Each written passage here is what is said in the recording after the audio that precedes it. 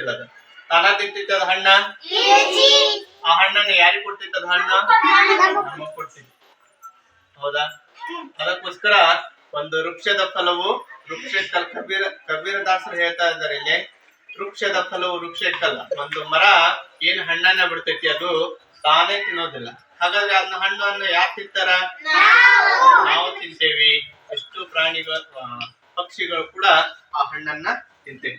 ಗಿಳಿ ಬರ್ತೈತಿ, ನಾನಾ ತರದ ಹಕ್ಕಿಗಳು ಬಂದು ಆ ಹಣ್ಣನ್ನ, ಈ ಒಂದು ಮಾವಿನ ಹಣ್ಣು ಬಿಟ್ಟಿರ್ತೈತಿ, ಆ ಮಾವಿನ ಹಣ್ಣನ್ನ ಗಿಳಿ ಯಾವುದೇ ಪಕ್ಷಿ ಕೂಡ ಆ ಹಣ್ಣನ್ನ ಏನ್ ಮಾಡ್ತೈತಿ? ತಿಂತೈತಿ.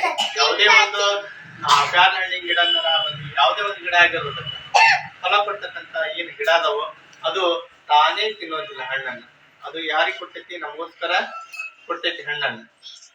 ಅದೇ ರೀತಿ ಒಳಗ ಒಂದು ನದಿ ಹರಿತಾ ಇರ್ತೈತಿ, ನೀರು. ಅದಕ್ಕ ಕಬೀರದಾಸರು ಹೇಳ್ತಾರ, ನದಿಯ ನೀರು ನದಿಗಲ್ಲ ಅಂತಂದು. ಅಂದ್ರ ಒಂದು ನದಿ ಹರಿತಾ ಇರ್ತೈತಿ, ಆ ನೀರು ತಾನ ಕುಡಿತೈತದ.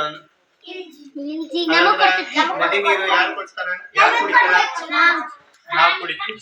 ಪಕ್ಷಿ ನಾವ್ ಅಷ್ಟ ಕುಡಿತೀವ? ಪ್ರಾಣಿಗಳು, ಎಷ್ಟೋ ಪಕ್ಷಿಗಳು ಕೂಡ ಆ ನದಿಯ ನೀರನ್ನ ಕುಡಿತಾವೆ.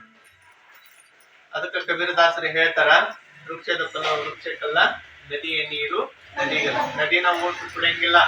ನಾವು ಎಷ್ಟೋ ಮಂದಿ ಮನುಷ್ಯರು ಕುಡಿತಾರ ನೀರನ್ನ, ಪಕ್ಷಿಗಳು ಕುಡಿತಾವು, ಜಲಚರ ಪ್ರಾಣಿಗಳು ಕುಡಿತಾವು. ಹೀಗೆ ಅದು ಇನ್ನೊಬ್ರಿಗೆ ಅನುಕೂಲ ಆಗತ್ತೆ. ಅದೇ ರೀತಿ ಒಳಗ ಇನ್ನೊಂದು ಮಾತೇತನ, ಸಂತನ ಬದುಕು ಸಂತನಿಗಲ್ಲ. ಸಾಧು ಸಂತರು ಇರ್ತಾರ, ಋಷಿ ಮುನಿಗಳು ಇರ್ತಾರ. ಅವರು ತಮ್ಮ ಜೀವನವನ್ನ ತಮಗಾಗಿ ಅವರು ಉಪಯೋಗ ಮಾಡಂಗಿಲ್ಲ. ಸಮಾಜದ ಒಳಿತಿಗಾಗಿ, ಸಮಾಜದ ಕೆಲಸಕ್ಕಾಗಿ ಅವರು ತಮ್ಮ ಸೇವೆಯನ್ನ ಒದಗಿಸಿಕೊಡ್ತಾರೆ. ಯಾರು? ಸಾಧು ಸಂತರು.